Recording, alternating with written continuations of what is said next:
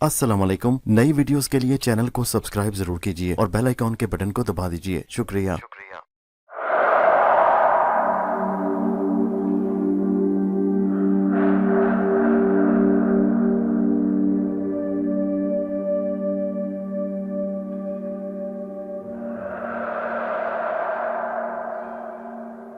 पेश खिदमत है कहानी अंबर नागमारिया की किस्त नंबर 104 पुरस्रार गार की मूर्ति। अंबर जल्दी से मुर्दा शेर की ओट में हो गया। जंगल में कल रात की तरह फिर चांद निकल आया था और गड़े के ऊपर गोल सुराख में चांद की रोशनी दिखाई दे रही थी। चुड़ैल की आवाज के बाद जंगल का सन्नाटा ज्यादा भयानक हो गया था। अंबर सांस रोके चुड़ैल की आवाज दोबारा सुनने का इंतजार कर रहा था। आखिर आवाज फिर बुलंद हुई। इस बार आवाज गड़े के बिल्कुल करीब से आई थी। अंबर बराबर ऊपर की तरफ देख रहा था। अचानक गड़े के सुराख के एक किनारे पर चुड़ैल का डरावना चेहरा नमूदार हुआ। उसके सरकंडों जैसे बाल लटक रहे थे और वो दोनों हाथ गड़े के किनारे पर रखे नीचे अंबर को देख रही थी। एक बार तो अंबर का बदन भी खौफ से ठंडा हो गया। फिर उसने अपने आप को संभाला और रिवॉल्वर की नाली का रुख ऊपर करके चुड़ैल का निशाना बांधा और फायर कर दिया। गोली चुड़ैल की खोपड़ी में से गुजर गई थी क्योंकि चुड़ैल ने एक जोर की चीख मारी और अपना सर पीछे कर लिया। कुछ देर तक जंगल चुड़ैल की चीखों से गूंजता रहा। फिर खामोशी छा गई। ये खामोशी बड़ी भयानक और तकलीफदेह थी। ऐसा लगता था कि अभी कुछ ना कुछ होने वाला है। अंबर की समझ में कुछ नहीं आ रहा था कि वो बाहर किस तरह से निकले। इतने में गड़े के ऊपर से एक तलवार सनसनाती हुई आई और अंबर के सर से टकराकर परे जा गिरी। उसके बाद दूसरी फिर तीसरी तलवार उस पर गिरी। चुड़ैल का सर एक बार फिर नमदार हुआ। चुड़ैल गुर्रा रही थी, सख्त गुस्से में थी। उसने चीख मारकर दोनों हाथ नीचे किए और गड़े में गोया किसी ने आग उंडेल दी। अंबर के चारों तरफ दहकते हुए अंगारे ही अंगारे पड़े थे। शेर की लाश उस आग में जलने लगी थी। अंबर पर आग ने कोई असर नहीं किया। चुड़ैल नीचे देखकर कहकहे लगा रही थी। जब उसने देखा कि उसके शिकार पर आग ने असर नहीं किया तो उसने एक हाथ ऊपर उठाया। उसके हाथ में एक बहुत बड़ा सांप आ गया। उसने दूसरा हाथ ऊपर उठाया, एक सांप और उसके दूसरे हाथ में आ गया। चुड़ैल ने दोनों सांप अंबर के ऊपर गड़े में फेंक दिए। सांप बेहद जहरीले थे और उनके हलक से खौफनाक फुनकारों की आवाजें निकल रही थी। उनके नीचे गिरते ही आग सर्द पड़ गई। सांपों ने अंबर पर हमला कर दिया। एक सांप ने अंबर के माथे पर उछलकर डस दिया। दूसरे ने उसकी गर्दन के गिर्द लिपट कर उसे दबाना शुरू कर दिया। अंबर के लिए हमला कोई हैसियत नहीं रखता था। उसने दोनों सांपों को पकड़कर मसल डाला। सांप मर गए। चुड़ैल ने अपने सांपों का यह हशर देखा तो गड़े के इर्द गिर्द पागलों की तरह चीखने और चक्कर लगाने लगी। फिर उसने एक बहुत बड़ा पत्थर उठाकर अंबर पर फेंक दिया। पत्थर अंबर के सर पर आकर लगा। अंबर के बजाय कोई और होता तो वो पिस कर सुरमा बन गया होता, मगर यहाँ ये हुआ कि पत्थर अंबर के सर से टकराकर दो टुकड़े हो गया। अंबर ने ऊपर मुंह करके कहा, ऐ खबीस चुड़ैल, मैं ऊपर आकर तुम्हें जिंदा नहीं छोड़ूंगा। बताओ सलोमी कहाँ है? उसके जवाब में चुड़ैल ने जोर जोर से मकरू कहकहे लगाने शुरू कर दिए। फिर उसके कहकों की आवाज आधी रात के सन्नाटे में जंगल में दूर होते होते गायब हो गई। अंबर को अफसोस हुआ कि जिस चुड़ैल की तलाश में वो यहाँ तक आया था वो एक बार फिर आकर उसके हाथ से निकल गई। अब सलोमी की गुमशुदगी का मुइम्मा क्यों कर हल होगा? खुदा जाने उस चुड़ैल ने उसे कहाँ गुम कर रखा था। कहीं ये डायन सलोमी को खा ही न गई हो। इस ख्याल के साथ ही अंबर बेचैन हो गया और बाहर निकलने की तरकीब पर पूरी तवज्जो से गौर करने लगा। उसने ऊपर देखा तो उसे गड़े की दीवार में से किसी दरख्त की जड़ बाहर निकली हुई नजर आई। जड़ उससे काफी ऊपर थी। अंबर ने उछलकर दो एक बार जड़ को पकड़ने की कोशिश की मगर वो कामयाब ना हो सका। नाउमीद होकर बैठ गया। कभी उसे नाक का ख्याल आता कि न जाने वो कहाँ चला गया है। अगर वो कहीं आस पास होता तो जरूर उसकी मदद को आता। फिर उसे सलोमी का ख्याल आया कि खुदा जाने वो कहाँ गुम हो गई है। इसी तरह सोचते सोचते काफी देर हो गई। अंबर ने महसूस किया कि गड़े के अंदर जो चांद की हल्की हल्की रोशनी आ रही थी वो गायब हो गई है। उसने ऊपर गड़े के गोल सुराख की तरफ देखा। वहां भी चांदनी नहीं थी। उसकी जगह हल्का हल्का अंधेरा छा गया था। इतने में बिजली चमक कर बुझ गई। अंबर समझ गया कि आसमान पर बादल छा गए हैं। फिर बादलों के गरजने की आवाज आई और साथ ही अंबर पर बारिश के कतरे गिरने लगे। बारिश एकदम से टूट कर बरसने लगी। बर्मा के जंगलों में इसी तरह से बारिशें हुआ करती हैं। छाजों पानी बरसने लगा था और फिर खुदा जाने किधर से बारिश का पानी तेज नाले की शक्ल में गड़े में गिरना शुरू हो गया। देखते देखते गड़े में इतना पानी भर गया कि शेर की लाश उसमें तैरने लगी और पानी अंबर के कंधों तक पहुंच गया। वो बड़ा खुश हुआ क्योंकि अगर पानी इसी तरह से गड़े में भरता रहा तो वो उसमें से तैर कर बाहर निकल सकेगा। अब वो तेज बारिश की दुआ मांगने लगा। बारिश मूसलाधार हो रही थी और उसके शोर से जंगल गूंज रहा था। फिर चारों तरफ से गड़े में बारिश का पानी गिर रहा था। गड़ा आधे से ज्यादा भर गया। अंबर उसमें तैरने लगा। पानी की सतह बुलंद होती गई और फिर गड़ा सारे का सारा पानी से भर गया। अंबर तैरते हुए गड़े से बाहर आ गया। बाहर निकलते उसने खुदा का शुक्र अदा किया। अपने कपड़े निचोड़े। बारिश का जोर टूट गया था लेकिन दरख्तों में से बारिश का पानी टपा टप गिर रहा था। अंबर ने सोचा कि चुड़ैल की तलाश अब बेकार है। ना मालूम वो कहाँ की कहाँ निकल गई होगी। बेहतर यही है कि शहर अकियाब का रुख किया जाए और फिर वहां से रंगून पहुंचकर जिला वतन बादशाह के ठिकाने पर जाकर उसकी अमानत उसके हवाले की जाए। अगर किस्मत में हुआ तो सुलोमी कहीं ना कहीं जरूर मिल जाएगी। फिर उसे यह भी ख्याल था कि नाग रंगून जरूर पहुंचेगा। ये फैसला करने के बाद अंबर बारिश और अंधेरे में ही वापस रवाना हो गया। दरख्तों पर से बारिश का पानी टपाटप गिर रहा था। अंबर टीले की चढ़ाई चढ़कर मंदिर के सहन में आ गया। गौतम बुद्ध का मुजस्समा पानी में आधा डूब गया था। अंबर ने एक नजर मंदिर के अंदर देखा। चबूतरे पर बुद्ध के आगे जलता हुआ चिराग बुझ चुका था। अंबर मंदिर से निकलकर टीले से नीचे उतर आया और अकियाब शहर को जाने वाली कच्ची छोटी सी सड़क पर चल पड़ा। ये सड़क जंगल के साथ साथ होकर जा रही थी। काफी देर चलने के बाद अंबर को अपनी जानिब से समंदर की बू आती महसूस हुई। समंदर की खास बू होती है जिसमें मछलियों और गली सड़ी झाड़ियों की बू शामिल होती है। वो समझ गया कि समंदर बाएं जानिब होगा। बारिश रुक गई थी, रात भी ढलने लगी थी। अंबर जंगल के साथ साथ जाने वाली सड़क पर चला जा रहा था। ये सड़क कीचड़ से भरी हुई थी। अंबर सड़क के ऊपर घास की एक पगडंडी पर चला जा रहा था। पैदल चलने से उसके कपड़े अब ज्यादा गीले नहीं रहे थे। आसमान पर घने बादल थे। पौ फटने में अभी एक आधा घंटा बाकी था। बादल ने पहले पहर की नीली रोशनी को भी दबा दिया था, जिसकी वजह से अंबर के इर्द गिर्द और सामने जंगल में अंधेरा छाया हुआ था। चूंकि अंबर को थकान बिल्कुल नहीं होती थी, इसलिए वो बराबर चलता गया। अब वो जल्दी से जल्दी अकियाब के शहर में पहुंचना चाहता था। सड़क एक जगह मुड़ गई। सामने बड़ी ऊंची चट्टान आ गई जिस पर सब्ज रंग की बेलें चढ़ी हुई थी। नीचे उसकी पथरीली दीवार के साथ एक तेज बरसाती नदी बह रही थी जिसका हल्का हल्का शोर उठ रहा था। अंबर को नदी में से गुजरना था। उसका पानी बहुत तेज था। अंबर नदी के पानी में उतर गया। पानी उसके घुटनों तक आ गया। ये इस कदर तेज था कि अगर अंबर की जगह कोई बहुत बड़ा दरख्त भी होता तो पानी उसे तिनके की तरह बहा कर ले जाता। मगर अंबर चट्टान से भी ज्यादा ताकत वाला था। पानी अंबर के जिस्म से पूरी ताकत के साथ टकराता और फट कर आगे निकल जाता। अंबर नदी के पार उतर गया। पगडंडी चट्टान के गिर्द निस्फ चक्कर काट कर आगे एक छोटी सी टीकरी के ऊपर से होकर दोबारा आगे जंगल में दाखिल हो गई थी। अंबर ने देखा कि अंधेरे में टीकरी के ऊपर किसी मकान का खाका सा नजर आ रहा है। ये किसका मकान हो सकता है? शायद किसी मकान का खंडर हो जिसके रहने वाले मुद्दत हुई जंगली दरिंदों या चुड़ैलों का शिकार हो गए हों। लेकिन मुझे उस मकान का सुराग लगाने की क्या जरूरत पड़ी है? ये सोचकर अंबर मकान को बाएं जानिब ऊपर टिकरी पर छोड़कर आगे निकल गया।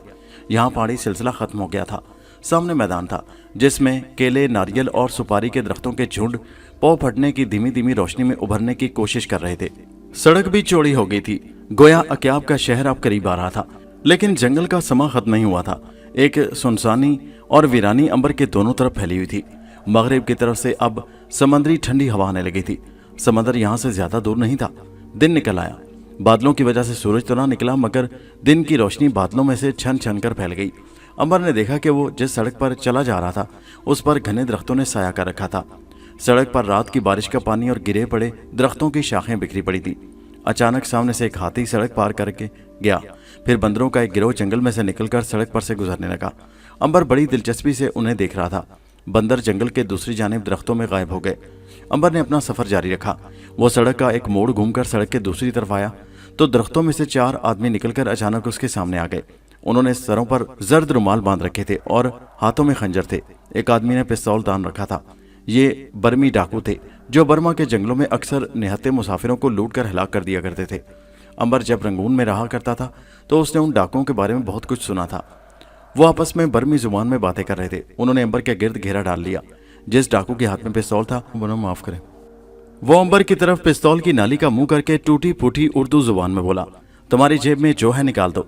अंबर की जेब में तो 12 बोर का जर्मन रिवॉल्वर था जिसकी शक्ल 1857 के बर्मी डाकू ने ख्वाब में भी नहीं देखी होगी। अंबर ने जेब से रिवॉल्वर निकालकर सीधा फायर कर दिया। गोली पिस्तौल वाले डाकू के हलक में जाकर लगी और उसे तड़पता हुआ जमीन पर छोड़कर पीछे दरख्त के तने में जाकर घुस गई। अपने साथी की लाश देखकर बाकी तीनों डाकुओं ने अंबर पर खंजरों से हमला कर दिया। ये उनकी बड़ी बहादुरी थी, वरना उनकी जगह कोई और होता तो भाग जाता। अंबर के लिए उनका हमला कोई हैसियत नहीं रखता था। उसने अपना रिवॉल्वर जेब में डाल लिया और अपनी गर्दन, कमर और टांगों पर खंजरों के वार करते डाकुओं में से एक को बाजुओं से पकड़कर जरा सा झटका दिया।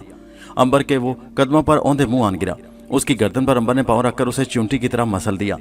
दूसरे को गर्दन से पकड़कर ऊपर को जोर से उछाला तो वो ऊपर घने दरख्तों की शाखों में जाकर उल्टा लटक गया। चौथा वहां से दुम दबाकर भाग गया।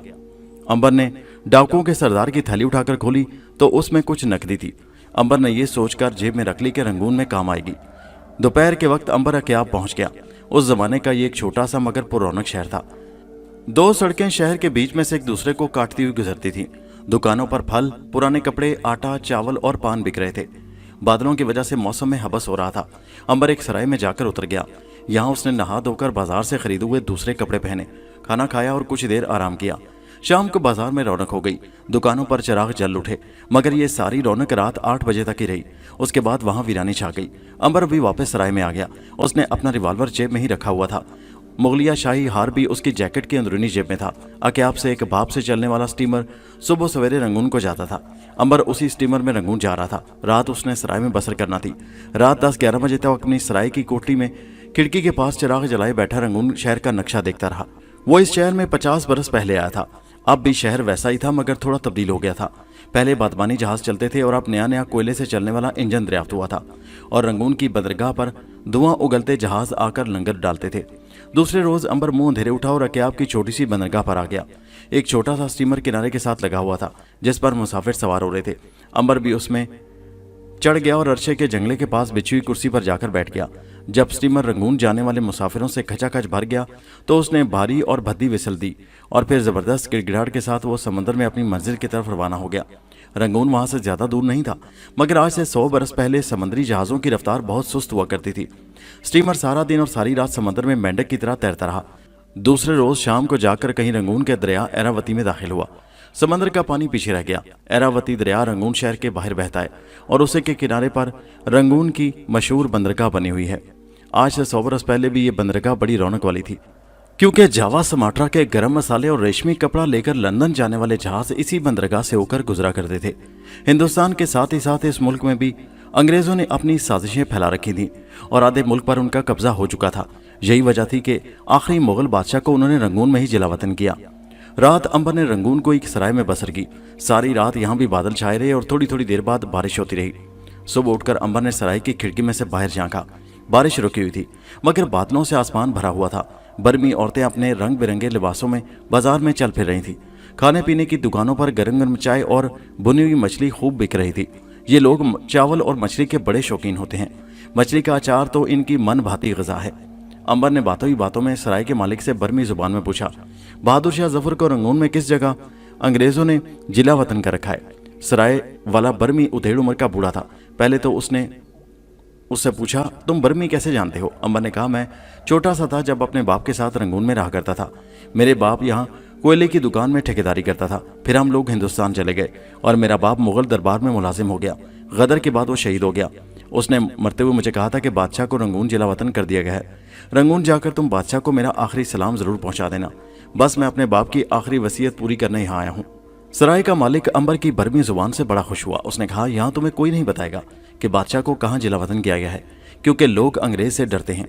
लेकिन तुम मेरे बर्मी दोस्त हो, इसलिए मैं तुम्हें बताता हूँ। बादशाह बहादुर शाह जफर यहाँ से 150 मील के फासले पर चालदा नाम के एक पहाड़ी गांव में कैद है। तुम बैलगाड़ी में ही वहां पहुंच सकते हो। इससे ज्यादा मैं तुम्हें कुछ नहीं बता सकता। अंबर ने कहा, शुक्रिया मेरे दोस्त, मुझे इतनी ही मालूमात चाहिए थी। जिस वक्त सराय वाला अंबर को ये मालूमात दे रहा था, ठीक उसी वक्त एक पुरस्रार सा बर्मी आदमी लकड़ी की पुरानी कुर्सी पर बैठा सिगार पीते हुए ये बातें बड़े गौर से सुन रहा था। उस आदमी के सर पर जामनी रंग का रुमाल बंधा हुआ था और कमर के गिर्द उसी रंग की बर्मी लुंगी कसकर बांधी हुई थी। उसी रोज दोपहर के वक्त अंबर जब रंगून से चालदा गांव की जानिब बैलगाड़ी पर रवाना हुआ, तो वो भी रंगून के एक दरिया किनारे वाली बस्ती से घोड़े पर सवार होकर एक तरफ रवाना हो गया। अब जरूरी मालूम होता है कि जरा नाग का भी हाल मालूम करे। नाग बहरी डाकुओं के अगवा किए हुए बादमानी जहाज में रंगून की तरफ खुले समंदरों में सफर कर रहा था। वो 2 रातें 1 दिन और उसने समंदर में गुजार दिए। जिस वक्त अंबर अक्याब पहुंचा, उस रोज समंदर में बड़ा भयानक तूफान आ गया। तूफान रात भर से शुरू था, मगर दिन निकलते ही उसकी शिद्दत बढ़ गई और लहरें कहर बनकर जहाज से टक्करें मारने लगी। नाग डेक पर आकर जहाज को काबू में रखने की कोशिश करने लगा। उसने बादमान लपेट दिए, मगर तूफान था कि रुकने का नाम ही नहीं लेता था। बड़ी बड़ी मौजें लकड़ी के जहाज को एक खिलौने की तरह समंदर में उछाल रही थी।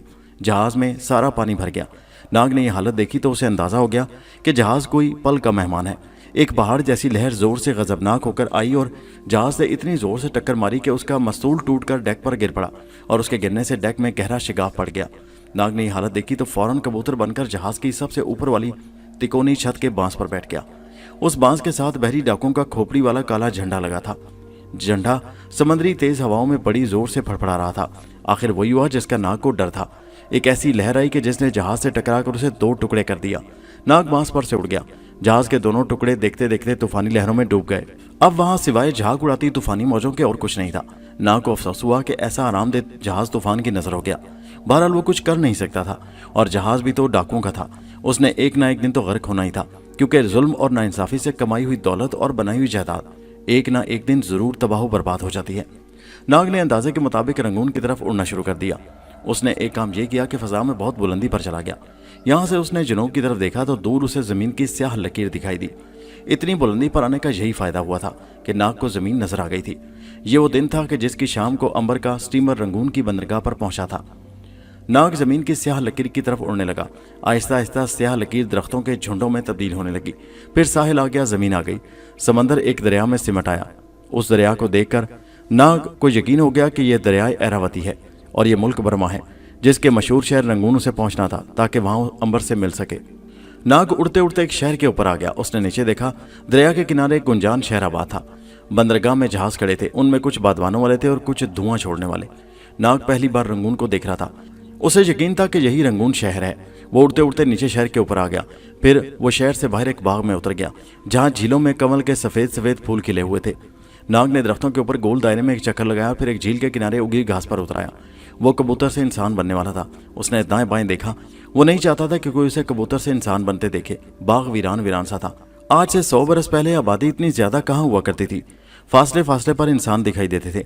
आजकल की तरह नहीं कि एक दूसरे के ऊपर चढ़े हुए हैं। नाग भी 1 सेकंड से कम अरसे में कबूतर से इंसान बन गया। बस उसने अपने दिल में इंसान का ख्याल ही करना होता है कि अपनी इंसानी शक्ल में आ जाता है। इंसान की शक्ल में आने के बाद नाग शहर की तरफ चल दिया। वो अंबर का सुराग लगाना चाहता था कि वो रंगून पहुंचा है कि नहीं। उसके लिए बेहतरीन जरिया यही था कि वो बंदरगाह के करीब की सरायों में पता करे। नाग बंदरगाह के आसपास की सरायों में अंबर के बारे में मालूमात हासिल करने लगा। मुसीबत यह थी कि अंबर जिस सराय में ठहरा था, उसका मालिक उसी रोज रंगून से 200 मील दूर भामू चला गया था। नाग को किसी भी सराय में से अंबर के बारे में कुछ भी मालूम ना हो सका। वो सोचने लगा कि अंबर को कहाँ तलाश किया जाए। फिर उसे ख्याल आया कि अंबर को जिला वतन बादशाह के पास शाही हार देने जाना था। वो जरूर उधर ही गया होगा। अब ये मालूम करना बाकी था कि जिला वतन बादशाह किस इलाके में कैद है। वहाँ अंग्रेजों के डर के मारे कोई जुबान से एक लफ्ज नहीं निकालता था। सारा दिन नाग शहर के मुख्तलिफ हिस्सों और इलाकों में घूमता फिरा। किसी ने उसे कुछ न बताया। आखिर तंग आकर वो शहर के तिजारती इलाके की एक मस्जिद में आ गया। उसका ख्याल था कि शायद यहाँ का कोई मुसलमान उसकी रहनुमाई कर सके, क्योंकि मुसलमानों को यकीनन जिला वतन बादशाह से हमदर्दी होगी और उन्हें मालूम होगा कि वो कहाँ पर कैद है। ये मस्जिद शहर के गुंजान इलाके में आबाद थी। मुसलमान मगरिब की नमाज पढ़कर बाहर निकल रहे थे। जब मस्जिद नमाजियों से खाली हो गई तो नाग ने मौलवी साहब को जाकर सलाम किया और कहा, मैं परदेसी हूँ और दिल्ली के गदर से जान बचाकर आया हूँ। क्या मैं यहाँ रात बसर कर सकता हूँ? मौलवी साहब ने कहा, 1 रात के लिए तुम मेरे हुजरे में रह लो, मैं मस्जिद में सो जाऊंगा। शुक्रिया। नाग को मौलवी साहब अपने छोटे से हुजरे में ले गए। अंदर चला जला दिया। नाग को मौलवी साहब ने चावल और मछली खाने को दी। मौलवी साहब हिंदुस्तान के शहर लखनऊ के रहने वाले थे और कई साल पहले रंगून आकर आबाद हो गए थे। खाने के बाद नाग ने जानबूझकर मौलवी साहब से गदर की बातें शुरू कर दी। फिर होते होते बात जिला वतन बादशाह बहादुर शाह जफर तक आ गई। नाग ने कहा, अंग्रेजों ने शहजादों को कत्ल कर डाला। बादशाह को यहाँ रंगून में जिला वतन कर दिया गया। मुगलिया सल्तनत का खात्मा हो गया। ये बड़ा जुल्म हुआ। मौलवी साहब भी उस पर अफसोस करने लगे। फिर नाग ने पूछा, यहाँ बादशाह को अंग्रेजों ने किस जगह कैद कर रखा है? हमने तो सुना था कि हिंदुस्तान में उसे कत्ल कर दिया गया है। नहीं, ऐसा नहीं है। तो फिर वो किस मकाम पर कैद है? मौलवी साहब ने उठकर हुजरे के बाहर झांक कर देखा, फिर नाग के पास आकर बोले, दीवारों के भी कान होते हैं भाई।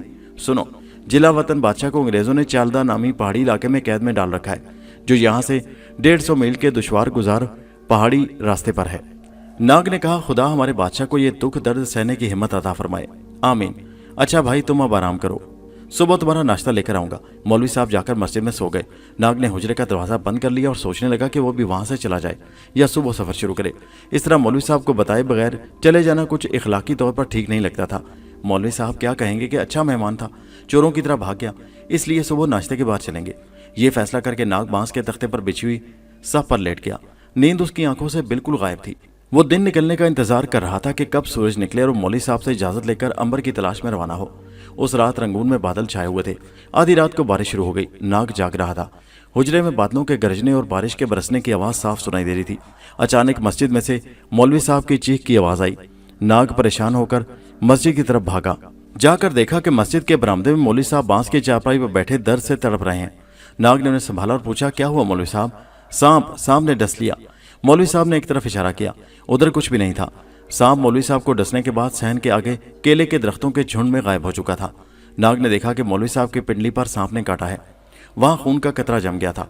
नाग ने चिराग की रोशनी में देखा कि खून का रंग काला पड़ गया था, जिसका मतलब ये था कि सांप बेहद जहरीला था और जहर को सारे जिस्म से निकालने के लिए सांप को वापस बुलाना जरूरी था।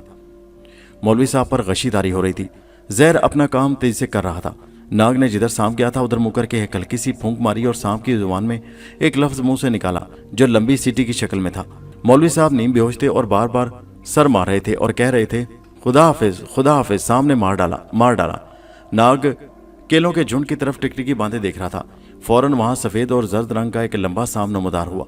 नाग ने देखा कि वो इस इलाके का सबसे जहरीला सांप था और एक तरह से सांपों का बादशाह था। सफेद सांप मस्जिद के सहन में रेंगता हुआ नाग के सामने अजीम देवता को इंसानी शक्ल में देखा तो उसका रंग फाक हो गया। नाग ने मौलवी साहब की तरफ इशारा किया, जहर वापस लो। सफेद सांप कुंडली मारे बड़े अदब से बैठा था। उसने सर झुकाकर कहा, जो हुक्म अजीम देवता, और रेंगता हुआ मौलवी साहब की चारपाई पर पहुंचा। उस वक्त तक मौलवी साहब पूरी तरह बेहोश हो चुके थे। उनका बदन साकित हो गया था। सांप ने उसे डसे हुए जख्म के साथ अपना मुंह लगाकर जहर खींचना शुरू कर दिया। 1 मिनट के अंदर अंदर सांप ने मौलवी साहब के जिस्म में से सारा जहर वापस ले लिया। फिर नाग के कदमों में आकर उसने अपना सर रख दिया। नाग ने कहा, ये मेरा हुक्म है, आइंदा कभी मस्जिद में दाखिल होने की कोशिश न करना। ये खुदा का घर है, ये अमन और सलामती की जगह है। अगर तुमने फिर कभी इधर आने की जरूरत की तो मैं जहाँ कहीं भी हो तुम्हें जलाकर भस्म कर दूंगा। सांप गिड़गिड़ाया, मैं ऐसा हरगिज नहीं करूंगा अजीम देवता, मैं माफ़ी चाहता हूँ, मुझे माफ़ कर दें। जाओ, मेरे सामने से दफा हो जाओ। सफ़ेद सांप ने अपना सर अदब से नाग के पांव पर रखा और वापस कीलों के झुंड में गायब हो गया। अब मौलवी साहब होश में आ चुके थे। उनकी हालत बेहतर हो गई थी। नाग को देखकर बोले, मैं अच्छा हो गया हूँ, तुमने तो कमाल कर दिया भाई। नाग ने कहा, मेरे पास इत्तेफाक से एक मरहम रखा था, बस उसे आपके जख्म पर लगाया और आपको आराम आ गया। मैं किस जुबान से तुम्हारा शुक्रिया अदा करूं भाई। शुक्रिया की जरूरत नहीं मौलवी साहब, अब आप आराम करें। मौलवी साहब ने कुछ देर बाद कहा, लेकिन मुझे अभी ऐसा लगा जैसे किसी सांप ने मेरी पिंडली के साथ अपना मुंह लगाया हुआ था। क्या यह दुरुस्त है भाई? नाग ने सर हिलाकर कहा, भला ये कैसे हो सकता है? नहीं, आपका वहम है। सांप अब इधर कभी नहीं आएगा, आप सो जाएं।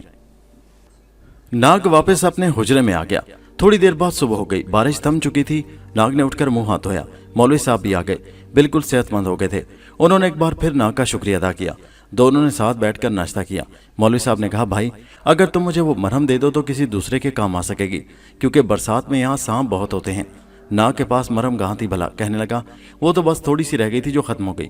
फिर कभी इधर आया तो आपके लिए लेता आऊँगा। नाश्ते से फारिग होकर नाग ने मौलवी साहब से इजाज़त ली और मस्जिद से निकलकर शहर के बाजारों में आ गया। मौलवी साहब से उसने बातों ही बातों में सब कुछ पूछ लिया था कि चालदा पहाड़ी इलाके में जानने के लिए उसे शहर के किस कोने से सफ़र शुरू करना होगा। नाग रंगून शहर के जनूबी इलाके में आ गया, जहाँ बड़े कुशादा कुदरती बाग और झीलें थीं। उन झीलों में कमल के फूल खिले हुए थे। उस जमाने में ना बिजली थी ना रेलगाड़ी। लोग घोड़ों और बैलगाड़ियों पर सफ़र करते थे। नाग को किसी बैलगाड़ी की ज़रूरत ही नहीं थी। वो तो उड़कर अपनी मंजिल पर पहुंच सकता था। अभी वो कबूतर बनकर उड़ने की तैयारियां ही कर रहा था कि पीछे से उसे एक बंद बग्गी आती नजर आई। नाग कच्ची सड़क पर से एक तरफ हटकर खड़ा हो गया कि ये बग्गी गुजर जाए तो वो उड़ना शुरू करे। बग्गी के आगे स्याह रंग के 2 ताकतवर घोड़े जुते हुए थे। ऊपर वाली सीट पर एक आदमी बैठा हुआ था, जिसके कंधों पर काला कपड़ा था जो हवा से उड़ रहा था। सर पर काला रुमाल बंधा था। ये बड़ा पुरस्कार शक्लो सूरत का आदमी था। बग्गी की खिड़कियां बंद थी और पर्दे गिरे हुए थे। बग्गी बड़ी तेजी से उसके सामने से गुजर गई। नाग के दिल में यूं ही ख्याल आया कि ये किस किस्म की पुरानी सी बग्गी है कि चारों तरफ से बंद है और कोचवान भी बड़ा डरा डरा सा लग रहा है। नाग ने सोचा कि बग्गी भी उसी तरफ जा रही है जिस तरफ उसे जाना है, तो क्यों ना उसका पीछा किया जाए। नाग एक झाड़ी की ओट में आ गया। उसने आंखें बंद करके गहरा सांस लिया और कबूतर बन गया और फुर करके हवा में उड़ारी मारकर दरख्तों के ऊपर आ गया और उसने अपनी मंजिल की तरफ उड़ना शुरू कर दिया। बग्गी इतनी देर में काफ़ी दूर निकल चुकी थी। नाग भी उड़ते उड़ते बग्गी के ऊपर आ गया और उसके साथ साथ उड़ने लगा। ये सड़क पहाड़ी जंगल के दरमियान से होकर जाती थी। उसके दोनों तरफ छोटी छोटी पहाड़ियाँ थीं जिन पर घने दरख्त और झाड़ियाँ उगी हुई थी। रात भर की बारिश की वजह से सड़क पर कीचड़ था। कई जगहों पर पानी जमा था। बग्गी के घोड़े तेज से पानी और कीचड़ के छींटे उड़ाते भागे जा रहे थे। नाग ने सोचा कि इस बग्गी में कौन सवार है और ये कहाँ जा रही है। बहरहाल नाग ने अपना सफ़र जारी रखा। उधर अंबर भी बैलगाड़ी में सफ़र करते करते सुबह के वक्त चालदा के पहाड़ी इलाके में पहुंच गया। वहां पहुंचकर उसने बैलगाड़ी वाले को रुखसत कर दिया। वो जिला वतन बादशाह की रिहाइश गाह तक अकेला जाना चाहता था। इतना उसने पता कर लिया था कि बादशाह को अंग्रेजों ने एक पहाड़ी के ऊपर पुराने मकान में कैद कर रखा है। ये पहाड़ी वहां से दूर थी और वो बैलगाड़ी वहां नहीं जा सकती थी। चढ़ाई अंबर ने पैदल ही तय करना थी। वो अभी अभी फटी थी और जंगल और पहाड़ियों पर अभी हल्का अंधेरा छाया हुआ था। अंबर पहाड़ी रास्ते से ऊपर चढ़ने लगा। झाड़ियाँ काफ़ी ऊंची ऊंची थीं। बारिश की वजह से ज़मीन गीली थी। उसी पहाड़ी की चोटी पर वो मकान था जहां बादशाह कैद था। अंबर ऊपर ही चढ़ता चला जा रहा था कि अचानक उसे किसी ने जकड़ लिया, साथ ही लोहे का तार उसकी गर्दन में डाल दिया और किसी ने बल देने शुरू कर दिए। ये वो डाकू थे जो पहाड़ी के नीचे से उसके पीछे लग गए थे। उन्हें बैलगाड़ी वालों ने बताया था कि एक नौजवान कोई बड़ी कीमती शय लेकर कैदी बादशाह के पास जा रहा है। अंबर ने अपनी गर्दन छुड़ाने की बिल्कुल कोशिश न की। गर्दन पीछे मोड़कर घुमाकर देखा। सुबह की हल्की हल्की रोशनी में उसे दो डाकू दिखाई दिए। एक उसकी गर्दन पर झुका हुआ था और दूसरा तलवार निकाले पास खड़ा अपने साथी को बर्मी जुबान में कह रहा था, मारते क्यों नहीं, और बल दो, इसकी गर्दन काट डालो। उसके साथी ने कहा, तार गर्दन में नहीं जा रहा, मेरा हाथ शल हो गया है। अंबर ने मुस्कुराकर कहा, तुम लोगों को तुम्हारी मौत मेरे पास ले आई है। दूसरे डाकू ने अपने साथी से कहा, देख क्या रहे हो, तलवार से इसका काम तमाम कर डालो। दूसरे डाकू ने तलवार लहराई और पूरी ताकत से अंबर के सर पर दे मारी। पहला डाकू गर्दन छोड़कर परे हट गया। तलवार अंबर के सर पर लगी। खटाक की आवाज आई, जैसे तलवार किसी पत्थर से टकराई हो। डाकू ने दूसरी बार तलवार मारी तो तलवार टूटकर दो टुकड़े हो गई। वो परेशान हो गया, लेकिन अभी उसे और ज्यादा परेशान होना था। अंबर ने जेब से रिवॉल्वर निकाल लिया और बर्मी जुबान में कहा, मेरा ख्याल है तुम वो कीमती हार लूटने आए हो जो इस वक्त मेरी जेब में है, यही है ना वो हार। अंबर ने दूसरे हाथ से हार बाहर निकाल लिया। उसकी मोतियों और हीरे की चमक से डाकुओं की आंखें चुंधिया गईं। एक डाकू ने खंजर निकाला और उछलकर अंबर के ऊपर आ गिरा। अंबर अपनी जगह पर इसी तरह चट्टान की तरह खड़ा रहा। डाकू अंबर से टकराकर नीचे गिर पड़ा। अंबर ने रिवॉल्वर से उस पर गोली चला दी। डाकू वहीं मर गया। दूसरा डाकू भागने लगा तो अंबर ने रिवॉल्वर की गोली चलाने के बजाय लपक कर उसे गर्दन से दबोच लिया और कहा, मैं अपनी एक और गोली जाया नहीं करना चाहता। तुम न जाने कितने मुसाफिरों को लूट कर हलाक कर चुके हो, अब तुम्हारी अपनी बारी आ गई है, क्या ख्याल है। डाकू घबराया हुआ था। उसे यूं महसूस हो रहा था कि जैसे उसका मुकाबला किसी इंसान से नहीं बल्कि किसी जिन भूत से हो गया है। उसने गिड़गिड़ाकर कहा, मुझे छोड़ दो, मैं तुम्हें कुछ नहीं कहूंगा।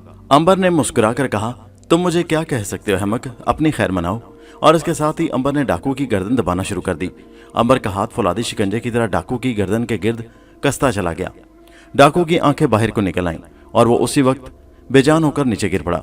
अंबर ने हार अपनी जेब में रखा, दोनों लाशों को उसी जगह पड़ा रहने दिया और खुद ऊपर बादशाह के मकान की तरफ चढ़ाई चढ़ना शुरू कर दी। मकान की ढलानी सुरक्षा अब उसे दिखाई दे रही थी। जिलावतन बादशाह कोठली में कैदी बना एक पुरानी चारपाई पर लेटा था। उसकी जवां साल मलका जीनत साथ वाली चारपाई पर बैठी हुई थी। उनके चेहरों पर उदासी और मायूसी थी। कहाँ तख्तो ताज और शाही महल की रंगीनियां और कहाँ पहाड़ी के ऊपर बेकसी की कैद। दोनों खामोश थे। बादशाह बेहद कमजोर और बूढ़ा हो गया था। जीनत महल का चेहरा भी वीरान वीरान था और रंगत जर्द हो गई थी। यहाँ उन्हें खाने को सिवाय चावल और गंदी सब्जियों के शोरबे के और कुछ न मिलता था। ये एक पुरानी फौजी बैरक थी जिसके एक कमरे में बादशाह और उसकी मलका कैद थी। दरवाजे और खिड़की पर लोहे की सुलाखों वाले जंगले चढ़ा दिए गए थे और साथ ही छोटी सी कोठली में 2 अंग्रेज फौजी पहरेदार रहते थे। उनमें से हर एक बारी बारी कैदी बादशाह की कोठली के बाहर पहरा देता था। उस वक्त दोनों अंग्रेज फौजी अपनी बैरक में खड़े खिड़की के पास बैठे नाश्ता कर रहे थे और अपनी किस्मत को कोस रहे थे कि उन्हें इस कदर तकलीफ देने वाली ड्यूटी मिल गई है। खुदा जाने वहां से उन्हें कब छुटकारा नसीब हो। एक अंग्रेज पहरेदार ने कहा, मैं तो कहता हूँ हम इन दोनों को गोली मार देते हैं, कह देंगे कि डाकू रात को आए थे और बादशाह को गोली मार गए। दूसरे अंग्रेज ने कहा, नहीं, हम ऐसा नहीं कर सकते। अदालत में तहकीकात हो जाएगी तो भेद खुल जाएगा और हमें कैद हो जाएगी। अचानक पहले वाले अंग्रेज ने खिड़की से बाहर देखते हुए आहिस्ता से कहा, ये कौन चला रहा है। दूसरे अंग्रेज ने भी खिड़की में से नीचे ढलान की तरफ देखा। वहां अंबर आहिस्ता आहिस्ता झाड़ियों का सहारा लेकर चढ़ाई चढ़कर ऊपर चला रहा था। दाल में कुछ काला काला जरूर है। इस आदमी की शक्ल बर्मीज नहीं हिंदुस्तानियों जैसी है। जरूर ये दिल्ली से कोई खास पैगाम लेकर बादशाह के पास आया है। दूसरा बोला, हो सकता है ये बादशाह को कैसे छुड़ाने आया हो। अगर ये अपने मिशन में कामयाब हो गया तो हमें फांसी मिल जाएगी, इसे खत्म कर देते हैं। जरा ठहरो, इसे ऊपर तो आ लेने दो, हम छुप जाते हैं। ठीक है, बादशाह की कोठली के पीछे आ जाओ। दोनों अंग्रेज फौजी बादशाह की कोठली के पीछे आकर छुप गए। यहाँ वो बांस की दीवार की दर्ज में से अंदर का सारा मंजर देख सकते थे। ये जगह उन्होंने खास तौर पर कभी कभी बादशाह की नकलो हरकत देखने के लिए बनाई हुई थी। अंबर बादशाह की कोठली के पास आकर रुक गया। उसने खिड़की की सुलाखों में से झांक कर देखा। बादशाह और उसकी मलका उदास अपनी चारपाइयों पर नीम दराज थे। अंबर ने देखा कि वहां कोई पहरेदार भी नहीं है। फिर इधर उधर देखता हुआ आहिस्ता आहिस्ता वो कोठली के दरवाजे के पास आ गया। लोहे की सुलाखों वाले दरवाजे पर बड़ा सा ताला लगा था। उसने वहीं से झुककर बादशाह और मलका को अदाब किया और आहिस्ता से कहा, बादशाह सलामत, मैं आपकी एक अमानत लेकर आपकी खिदमत में हाजिर हुआ हूँ। बादशाह ने बड़ी खामोशी और वकार से अंबर की तरफ देखा। मलका ने अंबर को पहचान लिया कि ये वही नौजवान है जो एक बार उनके दरबार में हाजिर हुआ था और उसने बादशाह को खबरदार किया था कि वो महल छोड़कर हमायूं के मकबरे ना जाएं। बादशाह ने भी अब अंबर को पहचान लिया। वो चारपाई पर से उठकर सुराहों के पास आकर खड़ा हो गया। तुम्हें किसी पहरेदार ने तो नहीं देखा? अंबर ने कहा, यहाँ तो कोई भी नहीं है। मलका ने कहा, मेरा ख्याल है वो कोठली में बैठे नाश्ता कर रहे होंगे। तुम वही नौजवान हो ना जो हाँ मलका आलिया, मैं वही हूँ, अंबर हूँ। बादशाह ने कहा, तुम्हारी पेश गोई दुरुस्त निकली। हमें अंग्रेजों ने रंगून में जिला वतन कर दिया, यहाँ बेकसी के आलम में पड़े हैं, कोई पूछने वाला नहीं है। बस अब तो मौत का इंतजार कर रहे हैं। काश मेरे साथ मलका जीनत को ये दुख ना सहने पड़ते। मलका आलिया ने बादशाह का हाथ थाम कर कहा, बादशाह सलामत, किस्मत में जो लिखा वो होकर रहता है। मुझे कम से कम ये तो तसल्ली है कि आप मेरे पास हैं, मेरे साथ हैं। बादशाह ने अंबर की तरफ उदास और आंसुओं भरी आंखें उठाकर कहा, तुम किस अमानत का जिक्र कर रहे थे अंबर? अंबर ने जेब से कीमती और शाही हार निकालकर बादशाह की तरफ बढ़ाते हुए कहा, ये लीजिए अपनी निशानी। बादशाह की आंखें हैरत और खुशी से खुल गईं। मेरे परदादों की निशानी नौलखा हार, ये तो मैंने। आदिल कहाँ है? अंबर ने शुरू से आखिर तक सारी कहानी और आदिल की मौत की खबर सुनाई। बादशाह और मलका ने बड़ा अफसोस किया कि आदिल चाचा अपना फर्ज अदा करते हुए खालिक हकीकी से जा मिले। बादशाह ने अंबर से कहा, मैं तुम्हारी दयानतदारी और फर्ज शनासी से बेहद मुतासिर हुआ हूँ। अब तो मेरा एक और काम कर दो, आप हुक्म कीजिए। अंबर ने अदब से कहा। बादशाह कहने लगा, मैंने अपनी एक चहेती पड़पोती को गदर के दिनों में शहर लाहौर भिजवा दिया था। मेरे शाही खानदान की एक निशानी बाकी रह गई है, ये हार तुम उसे जाकर दे दो। मैं तो अब मौत का इंतजार कर रहा हूँ। मेरे बाद ये कीमती हार अंग्रेजों के कब्जे में आ जाएगा, जो मैं नहीं चाहता। क्या तुम मेरा ये काम कर दोगे बेटा? अंबर ने कहा, मैं ये फर्ज हर हालत में अदा करूंगा। मुझे फरमा दीजिए कि मैं आपकी पड़पोती साहिबा को लाहौर शहर में कहाँ तलाश करूं? बादशाह ने कहा, उसका नाम ज़ेबुन्निसा बेगम है। उसकी उम्र 18-19 साल होगी। रंग गोरा है, आंखें नीली मुगल बादशाहों जैसी हैं। वो तुम्हें लाहौर शहर से दूर मकबरा जहांगीर के पीछे गरीब माहीगिरों की बस्ती में मिलेगी। रहमान बाबा मेरा खास नौकर उसकी देखभाल को उसके साथ है। तुम उन्हें तलाश करके ये हार दे देना। मलका जीनत महल ने अपनी एक अंगूठी उतारकर अंबर को देते हुए कहा, ये अंगूठी रहमान बाबा को दिखाओगे तो वो समझ जाएगा कि तुम्हें हमने भेजा है। ये अंगूठी तुम मेरी प्यारी छोटी शहजादी ज़ेबुन्निसा बेगम को दे देना। अंबर ने अंगूठी और नौलखा हार अपनी कमीज की अंदरूनी जेब में रख लिया और बादशाह से कहा, मैं आपकी और क्या खिदमत कर सकता हूँ? बादशाह ने आह भर कर कहा, बस खुदा से दुआ करो कि हमारा अंजाम बखैर हो। सिवाय मौत के अब हमें किसी शय की ख्वाहिश नहीं है। खुदा आपकी हिफाजत करे। इतना कहकर अंबर ने झुककर मलका जीनत महल और बादशाह बहादुर शाह जफर को सलाम किया और कोठरी के दरवाजे से हटकर पीछे आ गया। वो अब वापस जा रहा था। उस पर एक और भारी जिम्मेदारी आन पड़ी थी। उसे नाग का ख्याल भी आया कि वो जरूर रंगून से उसकी तलाश में पहुंच गया होगा। अंबर ने सोचा कि वो रंगून वापस जाकर सबसे पहले अपने दोस्त और भाई नाग को ढूंढेगा और फिर दोनों लाहौर की सिमत रवाना हो जाएंगे। अंबर पहाड़ी बैरक के अकब से होकर नीचे ढलान उतरने लगा। इस दौरान में दोनों अंग्रेज पहरेदारों ने बादशाह और अंबर की सारी बातें सुन ली। एक अंग्रेज पहरेदार ने कहा, इस शख्स को हिला करके हम हार अपने कब्जे में कर लेते हैं। बड़ा कीमती हार है, हम उसे बेचकर आधी आधी दौलत तकसीम कर लेंगे। दूसरा अंग्रेज बोला, इससे अच्छा मौका फिर कभी नहीं मिलेगा। शाही हार हम लंदन जाकर बेच देंगे, करोड़ों पाउंड मिलेंगे, हम रातों रात दौलतमंद बन जाएंगे। मैं लंदन में एक नई बिल्डिंग बनाऊंगा। मैं अपने गांव की सारी जमीन खरीद लूंगा। कमबख्त, इसे तो पकड़ो जिसके पास हमारी सारी दौलत है। दोनों संगीन वाले लंबी पुरानी बंदूकें लिए अंबर के पीछे भागे। अंबर इस अरसे में काफी नीचे जा चुका था, क्योंकि पहाड़ी की ढलान पर इंसान ज्यादा तेजी से जाता है। दोनों अंग्रेज तेजी से अंबर के सुराग में पहाड़ी की उतराई उतर रहे थे। अंबर काफी आगे निकल चुका था। अंबर अपनी धुन में झाड़ियों को हटाता लंबी लंबी घास में से गुजरता जा रहा था। उस पहाड़ी इलाके में किसी जमाने में अंग्रेजों ने अपनी बैरक में रहने वाले फौजियों के लिए एक कुआं खोदा था, जो बाद में खुश्क हो गया था। उसका मुंह छोटा था, चूंकि उसे कभी किसी ने इस्तेमाल अब तक नहीं किया था, इसलिए उस पर आहिस्ता आहिस्ता जंगली बेलें चढ़ गईं और झाड़ियों और घास ने उसे ढांप दिया था।